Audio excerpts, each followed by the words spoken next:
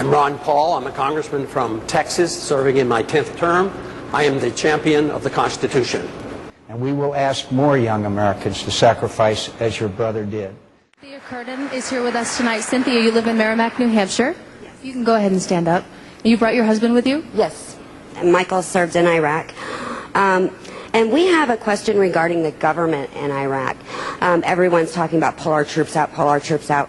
Well, considering they've lived under a dictatorship for the last 30 years or so, what are we going to do to make sure they have a government in place before we do pull our troops out and they're able to help themselves? Otherwise, we're just putting them in a position to accept another terrorist leader.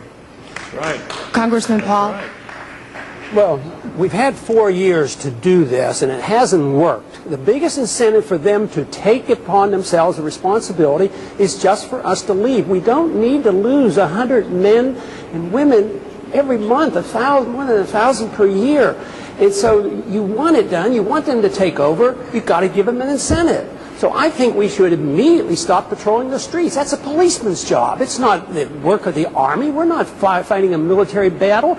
We're in a different type of warfare right now. So the sooner we recognize that, the sooner we can make sure that no more Americans will die. We have a lot of goodness in this country, and we should promote it, but never through the barrel of a gun. We should do it by setting good standards, motivating people, and have them want to emulate us. But you can't enforce our goodness like the Neocons preach with an armed force. It doesn't work. Woodrow Wilson was telling us about that in promoting democracy a long time ago. It doesn't work, and we have to admit it. Thank you, Congressman. And we will ask more young Americans to sacrifice as your brother did. We're safe now in the United States. I believe that this terrorist war began way back in the 1970s. They attacked us in 1993 in New York. They attacked us again in 2001. We're safe now in a horrible way.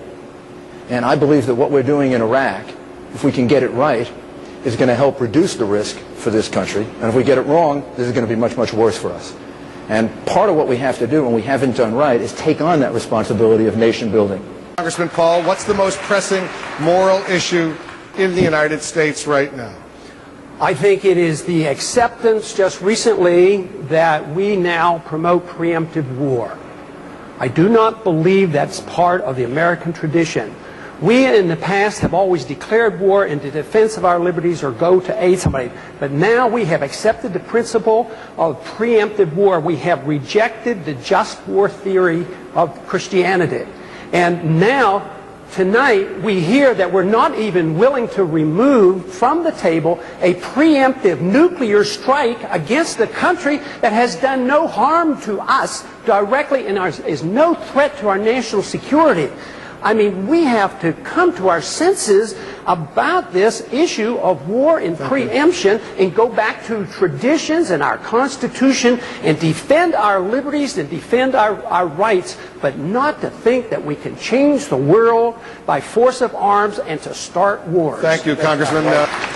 Well, first of all, Governor, muchas gracias. The corruption in Washington.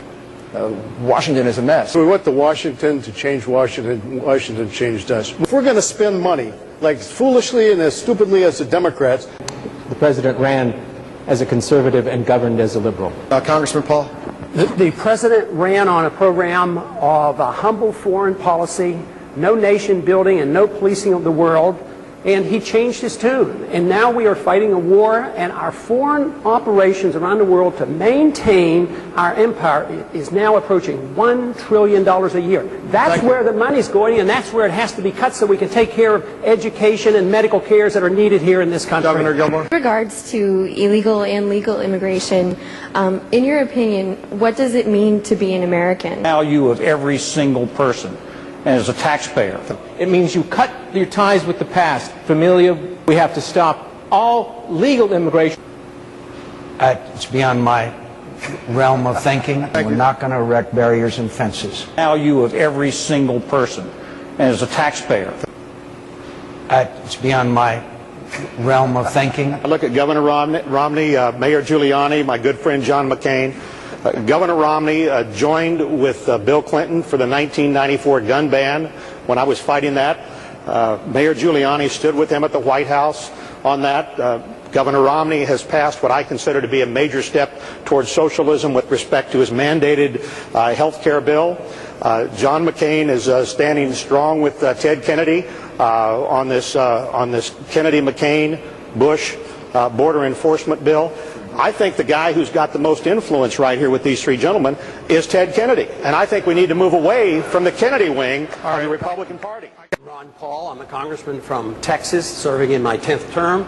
I am the champion of the Constitution.